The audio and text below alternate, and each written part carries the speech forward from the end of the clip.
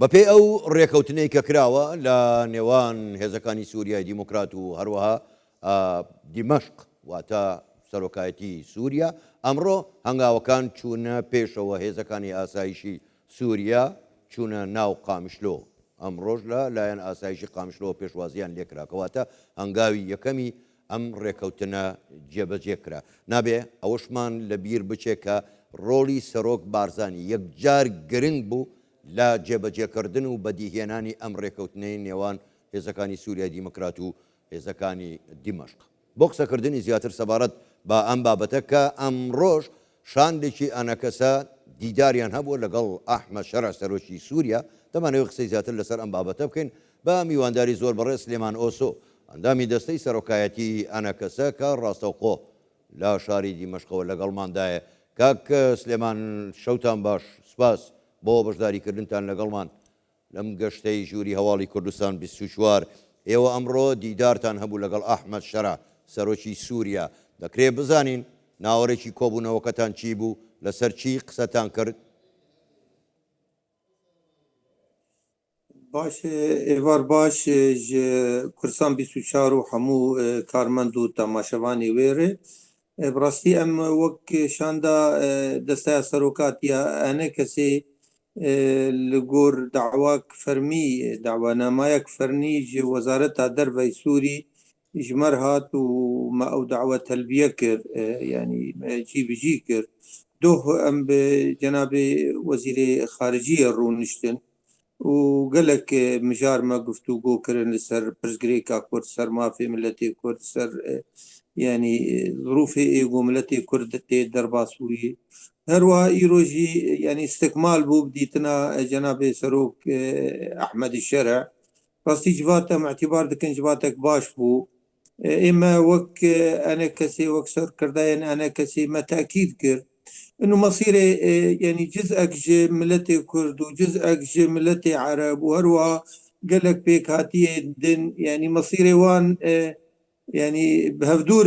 يعني هات قراندن دهدوري دحندري يعني اف خريطة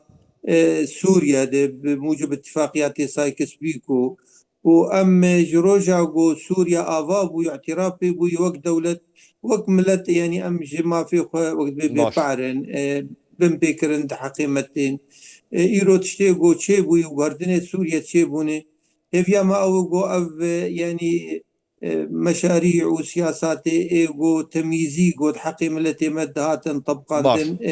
يعني بين هلانين هروها اموك ملتك يعني تركيز سر نقطة كيكر براستي ما جو حركات سياسية كردي روكج رجاء دعوة برجبونا سوري نكريه وهرو هر يعني كسي ايجو خير كردار ناخذ كردار اتهام دكن فازن سوريا پرچه بکن و اف دوری سیاست آمی دوری ثقافت آمی و هرتم ام چاره سرکرنا دوزا کردی دی چارچوا سینور سوريا دخوازن زور باشا كاك سليمان اروا قال لك قضايا دنجي يعني وك مرسومه سيزدائي جو جناب سروك شرع درخص ما جو اوقافك باش بو امكان سر ابابكن يقول لك زور باشا كاك سليمان بۆ خۆشتان باش دەزانن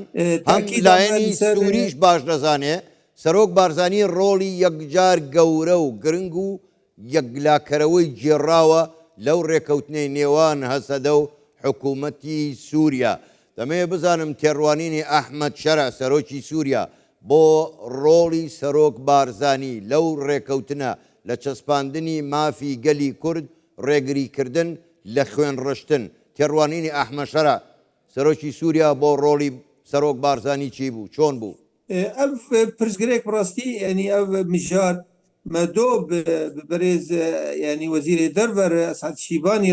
مناقەشە کرد و بگەلێکی ئەرێنی لەسەر ڕۆڵە جەنابێ سەرۆک ینی دەهات ینی وەک دەبێ سەکناندن و وەک داخوێنی کردن و قۆناغا تێ دوێ گەلک تێکیلیەمە بێتر بە هەفتور خورد ببن. هەروەها ینی پەسەندانێک مەزنجی هەبوو سەر ڕۆڕە جەنابێ سەرۆکش بۆ ئەو سەکناندنا شەر و اتفاقیاتی ئیرۆ گەهاشتنێ ینی ئەو ڕۆلەک جەنابێ سەرۆک تێ هەیە و ئەوژی ینی وەک سەرۆکاتیا سووریژی ئیرۆ جەنابێ سەرۆک ئەحمەدی شەرعژی باش لەسەر بێ میژارێ سەکنی وأز متواصلا بشكل مستمر بجناب سروك برزاني وأمناز ذكر حياة شي درجة تأثيرها وي لملتي كرد لكولانا كردي هي مجي أب يعني باش مسألة يعني تسمين كر باشە ومقو جناب سروك هرتم يعني أبها الوسطاوية خوازي إنه چاکە أم برزقريك خواد هندوري سوريا دي بخلكي باشە سوريا کاک رشارة سر سلێمان بكن ويبيني قلت مزن بسر زۆر باشە بخاندنا بشار الأسد يعني چاکە دەست خۆش تاكين إنه قناغتون زۆر باشە ومبدور کاک درباسكن سلێمان ئەحمە شەرە دەڵێ بە پێی دەستور دەبێ مافەکانی گەلی کورد پارێزراو بن من دەمەوێت بزانم مافەکانی گەلی کورد لە چیدا خۆی دەبینێتەوە لە چ چوارچێوەیەکدا چۆن چۆنی مافەکانی گەلی کورد دیاری دەکرێت چین براستی ام هندره يعني گفتوگویا ما لسر يعني مرسوم سيزدا ايجو جناب سروك احمد شرع درخست اب ام بفريل سر سكنين ومقو اب مرسومك تشتكي قلكي باش وقابك ارينيه لي ام بحاجة انه اب ما في تثبيت به يعني وك جناب سروك تاكيد كريد مرسوم دي خالي ديار يعني انه كرد جزء اساسي جي سوريا و يعني نحقيقة قوت حقيوان دي شيء بوند بي يعني وقت بين هلانين هروها موضوع اعتراف بزماني كردي اعتراف بملتي كرد وك يعني ملتك يعني سركية سوريا او جزء يعني بيكاتيك جوان باش بيكاتية سوريني دبي ايطالي دلي ماغو اب مسألة دبي يعني دي بيشروج باش ام بهدور ئەها وقفتوغو بكون برقلك باشە مسائل کەواتە جديدة کاک يعني سلێمان ام بهدور وقت بنقاش بكون زۆر باشە کاک سلێمان کەواتە لە چوارچێوەی ئەو دەستورە کە دیارە دەبێت لە داهاتوو قسەی لەسەر بکرێ و دانی پێدا بنرێ ینی کورد لە شارەکانی خۆیان دەبێت لە ڕووی کارژێڕی لە ڕووی بەڕێوەبردن چۆن بەڕێ چێ بەڕێوەی دەبات چۆن بەڕێوە دەچێ هەروەها مەسەلەی زمانی کوردی دەبێت دانی پێدا بنرێت کە زمانی فەرمیە و دەبێت ئیتر مناڵانی کوردیش بە زمانی کوردی بخوێنن بێژگە لەمانە چیتر هەیە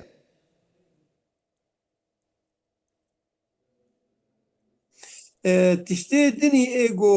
جناب سروك تاكيد كرسر انه دوي شراكات هبه دوي هون تفاعلي بكن هون ببن جزء يعني جبه سوريا بيشروجي دوي هون هبن يعني وك نمونه وك بحثا ججنين فرميد سوريا تكر قوم ججنا نوروزي نقص تبويه جو جهنك ما قلت ما جو جهنك ما هبانا ما بانيا بيروا انه ملتي كرسي وبيجنا كوي نتوي هي بجزدك فرمي ودورج مرات قلت انه مسألة وقبي تلافي كر انه ججنا نوروز ججنك وطنية فرمية وكفان ججنة نتوي سوري بقشتي يعني اجمالا تشتيقوا ام تخازم بيجن يعني تاكيد عمل سر انه اب قضايا نقلها قضايا دنهن مثلا انه اب مشاريع يعني تحقيق كردات في قونا غاشويد هاتن طبقان في باشە عادة نظر دوان مسألة قشاد ببي قال لك مسائل دن يعني او تشتي قد مرسوم دهاتي تشكي باشي اللي قال لك قضايا دن جانت في ام لسر بسكنون بهدور موضوع اداري او مفهوم وانش اداري انه بيتر وك نموذج يعني ادلب بري مثلا او محافظات سوريا يعني بيتروك نموذج مكارم بيجن لقلب فرهي ام مثلا ما نقاش نكر لمفهوم وان ولو يعني وقت يعني وقت لا مركزيه اداريه موسعه يعني وقت محافظات شنو يقولوا او جيب حاجتي نقاش براسي مجلس جناب ئەها وزير باشە خارجيه ام مثلا ابكي ما بهدور باش نقاش كر ودقونا غاتي ممكن ديتني شيء ببندن چاکە کاک مواند سلێمان شاندا باشە كردي يعني بجيبن وان شاء الله نزيكم کاک بيجن او سلێمان جيوي بجيبن جيبو قف تشتي ما يجي مكارب باش گفتوگو بكن باش کاک وبرزقريكا سلێمان كردي بقشتي زۆر باشە شارة کاک سر ببي سلێمان جەژنی نەورۆز طبيعي رو لە طموح مزي هەموو يعني پارچەکانی داخل زي کوردستان بە مفر فەرمی ناسێنراوە نەکرد لە سووریا ینی ئەوە هیچ منەتێکی تیان نییە جەژنی نەورۆز بە فەرمی بناسیێنن ئەوە جەژنی گەلی کووردە بەڵام من وتم لە ڕووی ئیداریەوە چۆن پارێزگا کوردیەکان دەبرێن بەڕێوە ئەی زمانی کوردی ئایا ڕێدەدەن زمانی کوردی ببێتە زمانێکی فەرمی و ئەیتر لە ناوچە کوردیەکانیش هاوشانی زمانی عەرەبی زمانی کوردی بخوێندرێ؟ بێگومان مەرسووم ئەف تێت هەیە یعنی ئێمە دیتن ئەمە بڕاستی وەک سەردانێکێ بوو وەک ینی لیقاءەکێ بوو نەجەلساک ینی تەفاوضی بوو سەوا جەنابێ وەزیری خارجیێرە ولا جەنابێ سەرۆگرێ ئەم اعتیبار دکن ئەف دیتنێمە وەک گاونێ تەمهیدینیش بۆ گۆسبە ئەم لەسەروان مەسائلا بگشتی بەفدورێ نیقاشێ بکن و ئەف قەضایەک بۆ هەنێ ئەم بەفدورە تەوافقێ بکن بۆ گۆ بچرەنگی دەبەرێمە برێ بە هەرێنیان. بەڵام باشە کاک سلێمان دەڵێ لیقای ئێمە لیقایەکی دۆستانە بووە لیقایەکی تەشاوری بۆ بەڵام حتمەن خۆ باسی ئەو مەسەلانەش کراوە بەڵام با بێمە سەر باسی ئەو سێ لیوا کوردە خۆ ئەحمەد شەرە خۆشی دانی پێداناوە ئەو سێ لیوا کوردە چۆن پێک دێنرێ قسەتان لەبارەوە کرد شوێنی کارکردنیان چۆ دەبێت؟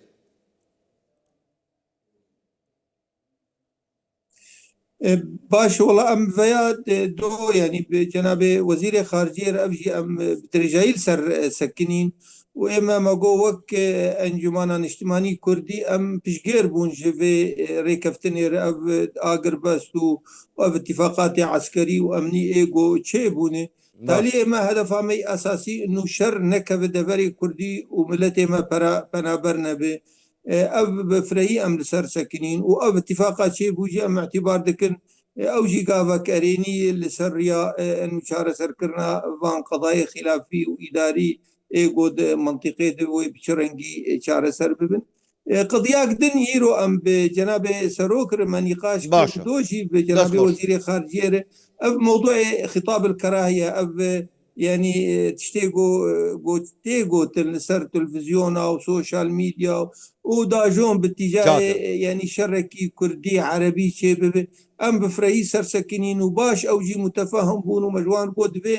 em hûn tev de jî alî hevdû bikin ji bo em li hember vê xîtaba a kerahiya bisekinin a got belkê de be em wek milletê Kurd ji roja roj de em milletekî resenin û li ser xaka xwe em bi yekîtiya Sûrî re ne rokê me wek divê nexwestî em Sûriya perçe bikin em doza mafê xwe dikin dundirê Sûriye de ev divê em alî hevdû bikin û baş jî ew mutefehim bûn û erê kirin û gobrastî jî ev tiştê qonaxa çûyî de çêbûye nisfa wê yanî tarîxa muşterek a di nav Kurda û Ereba di hemû deverat çêbûyî nesf dike divê em tev de bi xurtî li hember vê xîtabê bisekinin. زۆر باشە دەست خۆش زۆر بەڕێز سلێمان ئۆسۆ ئەندامی دەستەی سەرۆکاتی ئەنەکە سەر ڕاستەوخۆ لە دیمەشق و لەگەڵمان بووی. سپاس بۆ بەشداریکردنتان لەگەڵمان شەوێکی خۆش.